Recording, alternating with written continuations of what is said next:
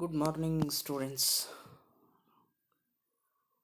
So, this is the third module. We are coming with a new module. In the previous videos, we completed the second module. Okay, just if you got any doubts in the second modules, you can feel free to contact me anytime. Okay, so that's about the second module, and the third module is signal generator. So, signal generator, as the name itself says, signal generator. What are signals? What are the different types of signals we are having?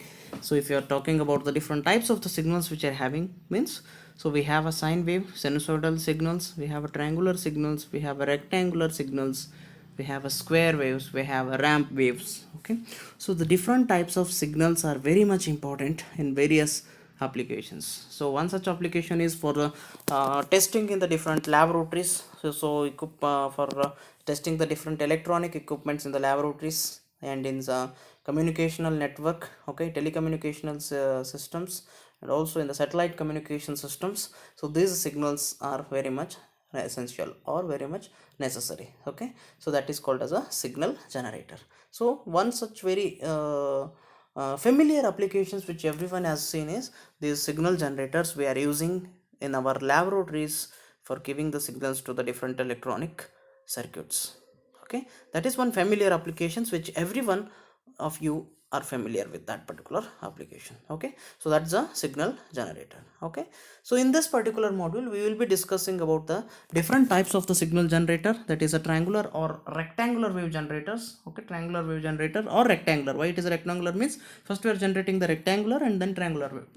Okay, that is why it's a triangular or rectangular wave generator.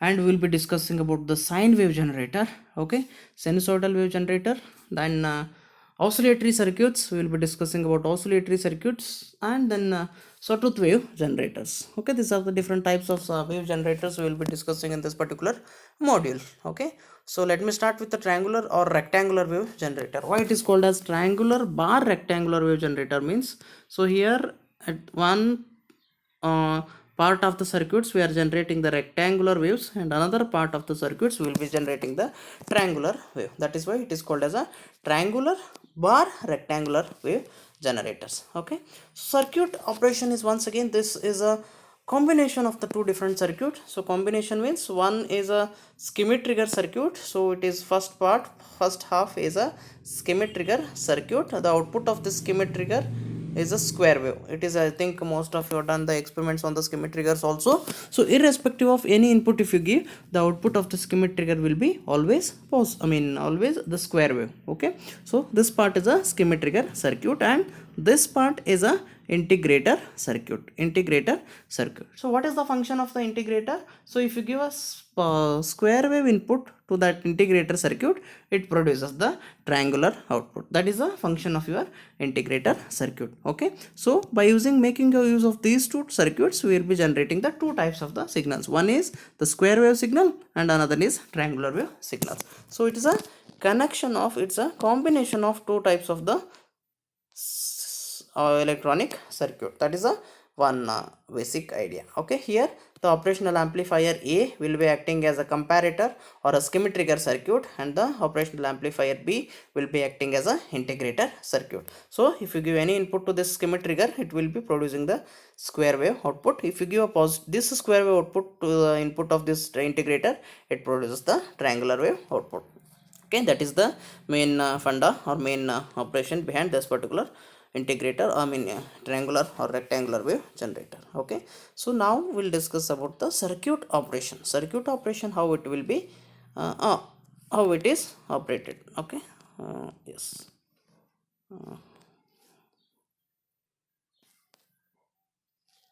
Okay, so this circuit operation is, once again, I will be giving you here circuit waveforms, here waveforms of the output voltages. Okay, so output voltage waveform. So this is a output voltage of your schemic trigger. Okay, this is your schemic trigger output, and I'll write the triangular output later. So it is a schemic trigger output and it is a integrator output. Okay, so now I'll explain the function here. So irrespective of any input, if you give to the schemic trigger, it is produces the positive. Okay, so when the saturation, when the output of the skimmer trigger is positive saturation, that means the output of the skimmer trigger is positive, so this one. So in that case the current starts flowing. That is how much current? That is current I is equal to vsat divided by r1.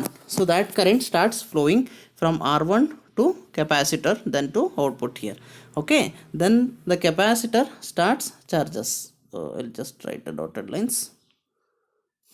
Okay, so then the capacitor starts charges. Okay, so when the capacitor is starts charging, and it is an inverting amplifier circuits, the capacitor starts charges in the reverse direction. That is why, so negative going ramp is produced at that particular point. Okay, so here at the output side we got the negative ramp voltage. So this negative ramp voltage is once again fed back as an input to the your integrator. So in that case the skimmer trigger, in that case the skimmer trigger output is the negative saturation voltage. That means this is the skimmer trigger output. Okay, so when this skimmer trigger output is negative, so this negative voltage is applied once again to the resistance. So once again the capacitor starts charging.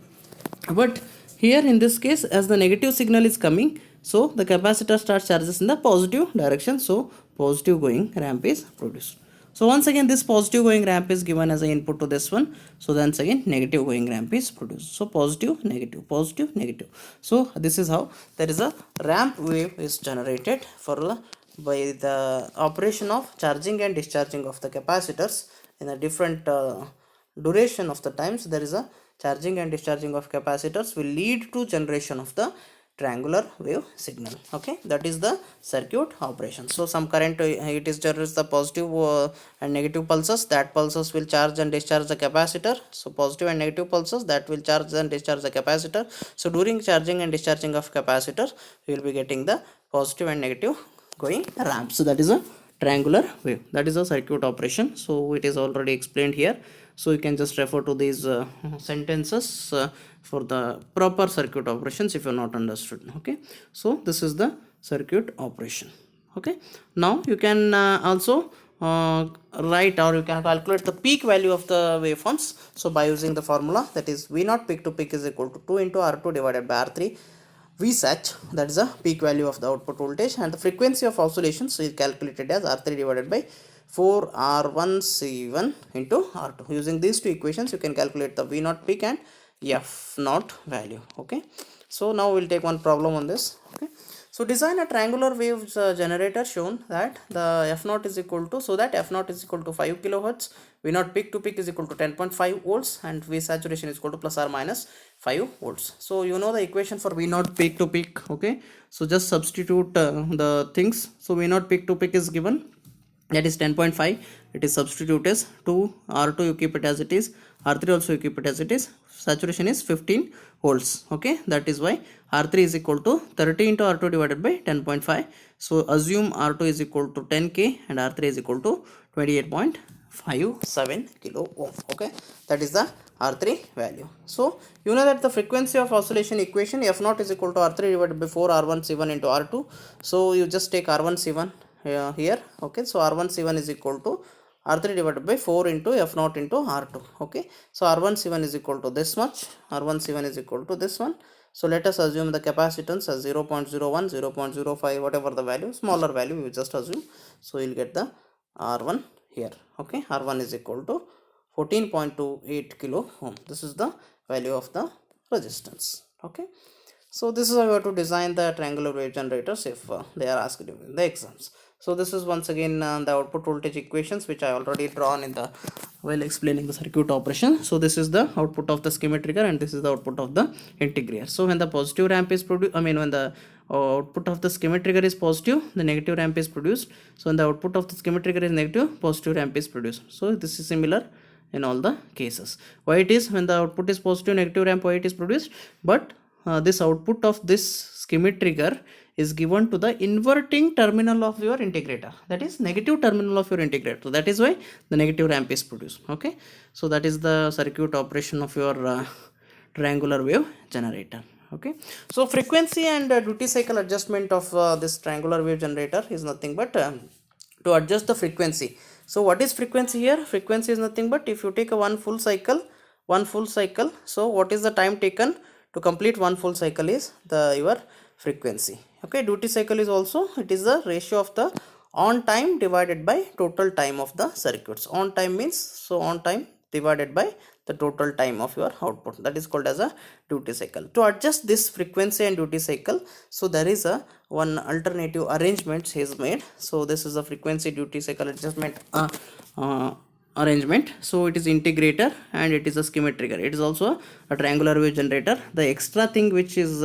here it is given is, so the diodes and this resistance. Okay, so by controlled switching of these diodes, okay, by controlled switching of diode D1 and D2, and also by varying this resistance, we can vary the input to the, we can vary the current which is flowing through your so we can vary the current which is flowing through your capacitance. If the current is, if we vary the current, then the charging of the capacitance, if the slow current is flowing through the capacitance, the charging will be taking more time to charge. Okay, so and also more time to discharge. If the large, highest peak value of the current is flowing through the capacitance, the charging will be faster and the discharging will also be faster. Okay, if the charging and discharging are faster, then the frequency will be less. If the charging and discharging are slow, then frequency will be increased. Okay, the frequency is nothing but just we are adjusting the charging and discharging time of the capacitor. If say for example now, so this much is your frequency, so this is your frequency, it is your time taken, 1 divided by t is the frequency. So if you want to change the frequency, you have to vary the time here. So to vary the time, so just if the capacitor taking much time to charge and much time to discharge, much time to charge and much time to discharge, so then you just think the time is varied. So if the time is varied, the frequency is also varies. That is why it is a frequency and duty cycle adjustment. So extra thing in case of your triangular wave generator is just a diode and resistors combinations. By controlled action of these diodes will be leading to the variation of the duty cycle and frequency of the circuit. Okay, so that's about your frequency generation. Okay, so next is sine wave generator. This is about the triangular wave generator. So next is a sine wave generator. This sine wave generator we will take in the next video. Okay, thank you.